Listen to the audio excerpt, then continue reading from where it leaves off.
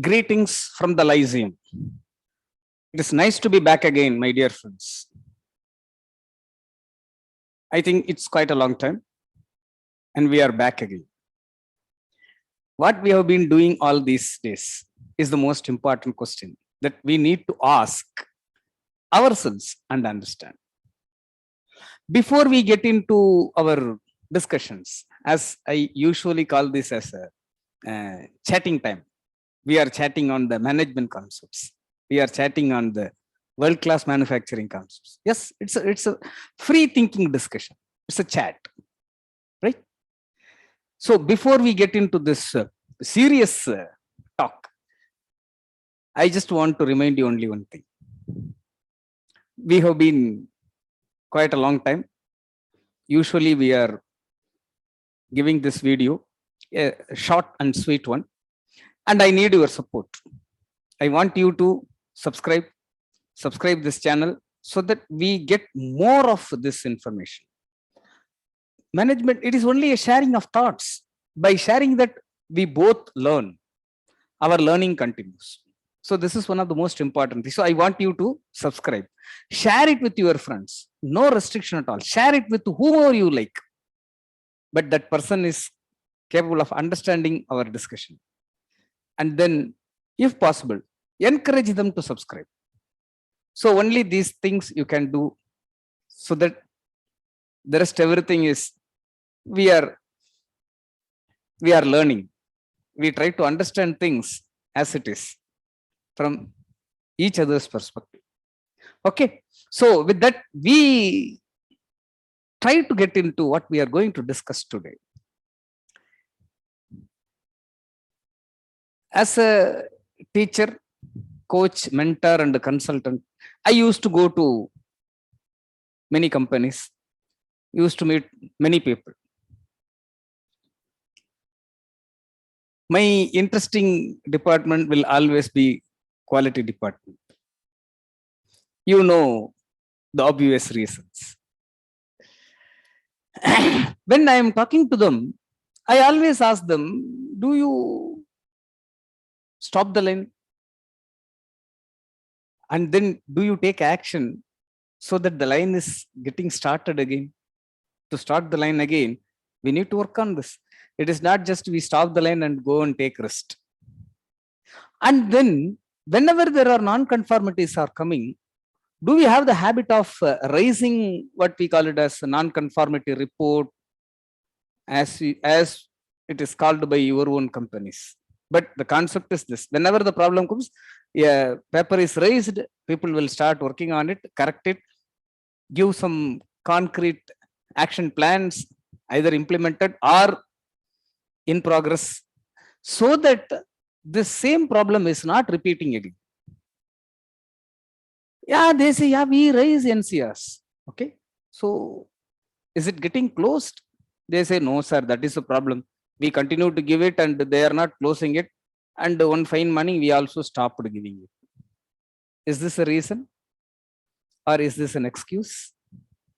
Can we afford to do like this? Our job is to do this. Failing to do this is failing in our duty. My dear friends, especially from those who are in quality system, quality control department, whatever name we call it as, it is our duty to raise the problem and get some solution, ensure that it is implemented, and then the results are better than before the condition. That is the most important point, that we need to understand this. Okay, and hope you would have understood. And then there are some reasons they work on it, and finally they come with that. Some cases they say root cause is not yet found, and then they say it is one of a cause. These are all some of the answers given, or answers written in the document. They say it is one of a problem. So can we just go beyond that? We just pass it. We can walk through it. We can leave it as it is. They say it is one of a problem. A one of a problem must be addressed by a quality person. The target for quality will always be 0. It is zero defect only. When we say zero defect means it is literally zero. Zero is equal to zero. Zero is not equal to 0.1. Zero means zero. We mean it. We are serious. We may be laughing and jokingly we say, but we are very serious in our business. That is one of the most important. Okay, fine. Having said all these things, what are all the issues creeping up in the quality department? And one interesting thing also happened in one company's quality control department. They said that they are like customers. Of course, no denial in it. They say we are like a customer, so no questions asked. We don't entertain any questions from production department. When we say, hey, this is not accepted, you redo it or recirculate it or resegregate it or rework it, you have to go by it. And whenever the people are not coming, the production team is not coming for any sort of meeting or anything, then they say there's a lot of problems. When they go for a meeting, then they say there is no problem. So I understand it is a problem of understanding. It is a problem of understanding. That is what our teachers, my teachers, they usually say, if you understand, if you say, yes, I understand, then the result is obvious. You have to take some action. When you say, I understand, then it should automatically take you to some action. If not, then you don't understand it or you are faking it. Whatever is true, we need to take. So the most important point, quality is the fundamental selling point for any product or service. And mind you, quality is not determined or decided by you. Quality is decided by your customer. And you need to ensure that the customer's quality is always available for your customer. You have to ensure that. So these are all some of the important things, important factors that we need to consider. And that is why I laugh when you say there is root cause is not identified, is not yet identified, means you have not gone deep into the problem. You have not gone deep into the analysis part. That is the most important point. Yes, if I do not know, I must stand up and I say, I do not know. Is there anyone to teach me? Then there will be hundreds and thousands of people will come. And if you know, if you say, I know, I can do, but I'm not able to do it in a very frequent or in a seamless, a flawless manner, then there are mentors and coaches are available. They are there with you in your shop floor, in your Gemba, in your workplace. How you are doing it and what is the problem in doing it? What is the gap in it? And they try to merge the gap. They try to correct it. Like a cricket team's coach. Even Sachin Tendulkar needs a coach. Na? Anybody needs a coach because we may commit some mistakes. So that is one of the most important points that we need to understand. Now coming back to the real problem. We have been discussing about the fundamental things in the shop floor. Fundamental things that are required in the world-class manufacturing concepts, like 5S, like Gemba, like 3M.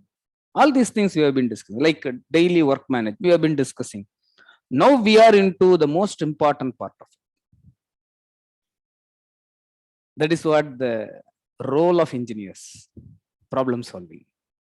We are there in the company to solve problems because problems are there. It is not that the problem is not there. It's not an ideal condition. No problem. It's not an utopia. No problem. Everybody is happy. Everything is going good. Everything is fantastic. No one is doing any mistake. Not at all. Not at all. The real world consists of a lot of problems. Problems and problems only. And we are there in an organization to solve problems. And do we? So we are taking our direction into this problem solving. But if you want to solve the problem, but you should know about the problem.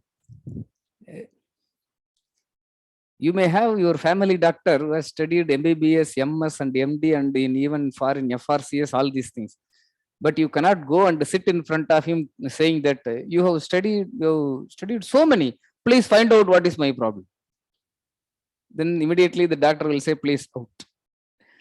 Similarly, it is very essential. If we want to solve the problem, first we should know what is the problem. Understanding the problem is the most important. Now, in most of the places, I'm very sorry to say, without understanding the problem, they come up with some sort of stereotype solutions. That is also not acceptable. So now the first and foremost point that we need to understand is what causes this problem, why this is happening. Understanding of the problem, that is the most important point. Now I want to introduce what is there for me to introduce. It is already known to this well. There are two things.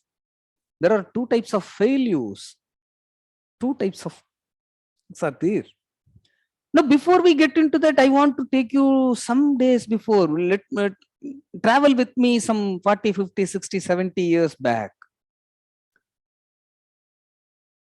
20th century's quality control, which is also called modern quality control. That's the second half of quality control. Modern quality control is built on statistical methods. And Dr. Schuhart, undoubtedly called the father of modern quality management. He fantastically synthesized the theory and practice. He is not only giving theory, he gave solutions also. He gave the practical approach in his phenomenal books. I may request all of you to have a look at it, read it at least. Any quality, a person who is telling that I am a quality guy should have read this book at least once. Please read it. Let that be there. And then came his illustrious student. He claimed himself as a disciple of Schuhart, Dr. Deming. The world owes so much to them. The world owes so much to them, especially the manufacturing world. Just we cannot imagine the world without Schuhart and Deming. And in his fantastic concept of statistical methods, Schuhart came up with some fantastic words also. He said assignable causes and special chance causes. He said a process is said to be in control when all the assignable causes are eliminated from the system, and a system is performing only in the chance causes. Now, there are so many people. Since my customer is asking, they just make a graph, SPC chart, and send it to customer with 1.56, 1.78, 1.99 CPK values. And their customers are also happy. Let them be happy. We are not worried about if they are happy, let them be happy. But we are much worried about these persons. He said, a process is said to be in control only when the assignable causes are completely eliminated. And when the process is in control, then only the capability analysis is meaningful. Please note, meaningful. So now come back to, there are two important. Somebody says, no, the root cause of the problem has not yet identified. There are only two causes. There are only two causes. Number one, assignable causes. Number two, chance causes. That's it. Now, how they are created, how they are coming up, again, we need to understand two important words now here. One, we may call this as loss or failures. Sporadic and chronic failures. Chronic failures, and most of the time people are accepting that. Well, to put it as an example, now today this diabetes has become a chronic disease. Everybody is having it. Everybody is happy in having that. Everybody knows when their sugar level will go up. So what needs to be done at that time? Either they take medication or they took insulin, something like this. They do it so that the sugar levels are in control. They know it. Or rather, on the other side, nobody can predict when an heart attack will come. Right? So there are two system of causes, system of losses operating inside a system. One is sporadic, another is chronic. The sporadic one, the characteristics of sporadic, it is a sudden, it comes and attacks the system in a sudden, and it is a large deviation from the nominal value. Nominal value, it's a large, huge deviation. It deviates a lot. It just shoots up. Whereas in the chronic, they are very small, occurring very frequently, but not giving any harm, harmless. There are so many things happening, but their put together effect is very small, negligible, considering the sporadic. It's very high. The effect is also high. It comes and collapses the system and vanishes. That is one of the fantastic character of sporadic losses. And then the causes, generally sporadic losses, sporadic failures are coming from one single cause, one single assignable cause. When we say assignable cause, with the name suggests it is assigned. So we can find it out and eliminate, find it out and eliminate. Whereas here it's complex. All the input of the process, man, machine, material, methods, and many things are mingled, tangled together in chronic. Before you try to understand the problem vanishes by itself. That is another character of chronic losses. And then comes another countermeasures. What needs to be done when we come across a sporadic failure, sporadic loss? Restoration is the key. Restoration. You need to take it back to the original condition. Earlier, what was the condition? You need to take it back. And for chronic losses, here is the innovation is the key. Innovation, because the problem persists. It is there. You know what needs to be done. And then comes the approaches. How to approach, how to get into that. Generally, the 7QC tools are useful in sporadic, especially cause and defect, Pareto, all these things. These are all generally useful.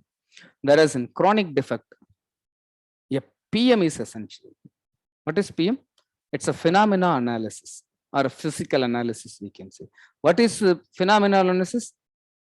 That is altogether a different topic. We will discuss it later. Again, that depends on your interest. The interest you are showing will give me the encouragement to discuss that also. So I may be expecting your comments, your replies, your mails, your calls, many things. Now coming back to sporadic and chronic losses. The sporadic losses can be termed to assignable cause, and the chronic losses can be attributed towards the chance causes. Now, if you want to see your process is in control, you need to remove all the sporadic losses, sporadic failures. The process is said to be in control only when it is under chance causes, only under chronic losses, chronic failures. But we cannot live with that. We need to come out of it. So because all these world-class manufacturing concepts are giving us a target, zero defect.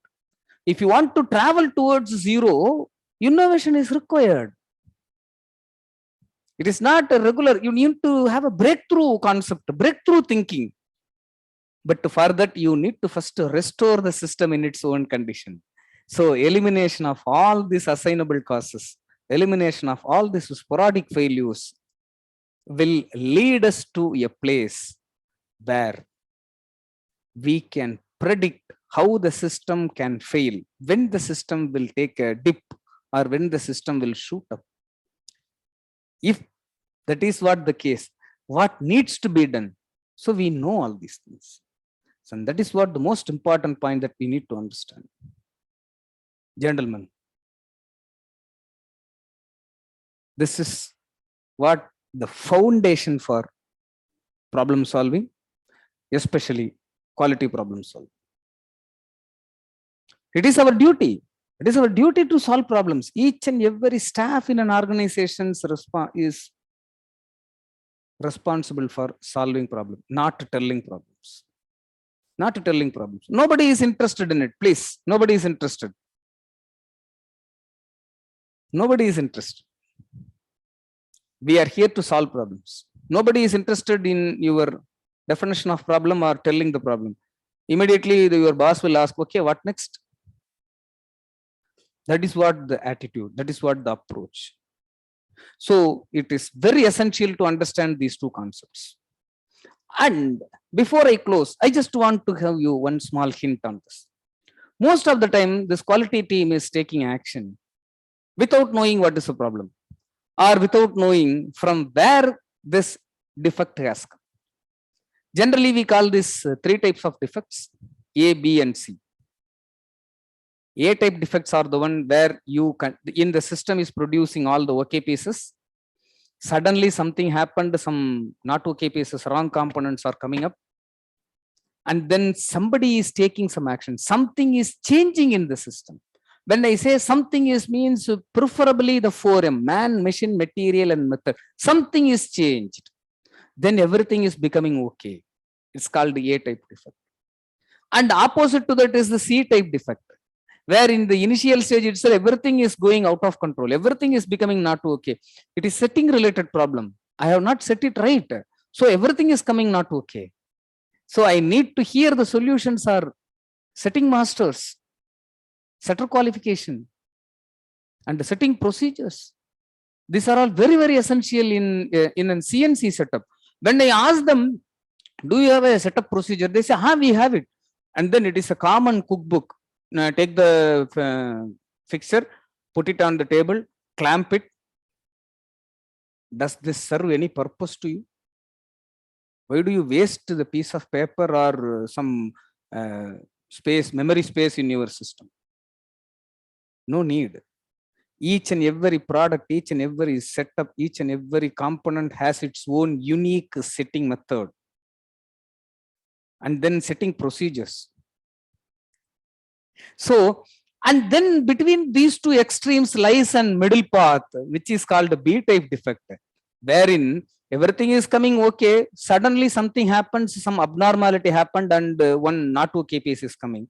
Then suddenly second is also deviated, third is deviated. Then I realize, oh, I need to do something. I thought I need to do something, and then I go, but the fourth piece become okay.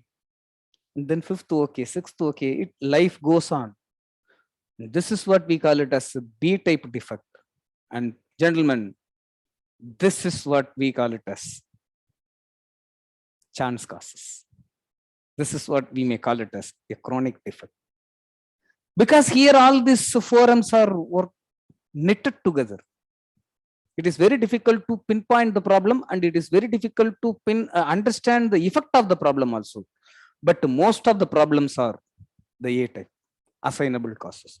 It may be a single big assignable cause, or there are multiple independent assignable causes. It is our duty to get into and solve this.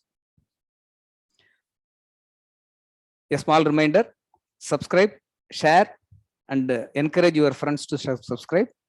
And then, if you are interested, I want to know your feedback. What is phenomenal analysis? We will discuss that. That is with you. It rests with you. Your interest will motivate me. Okay. So thank you, friends. Keep in touch. Stay in touch always. Thank you. Bye bye.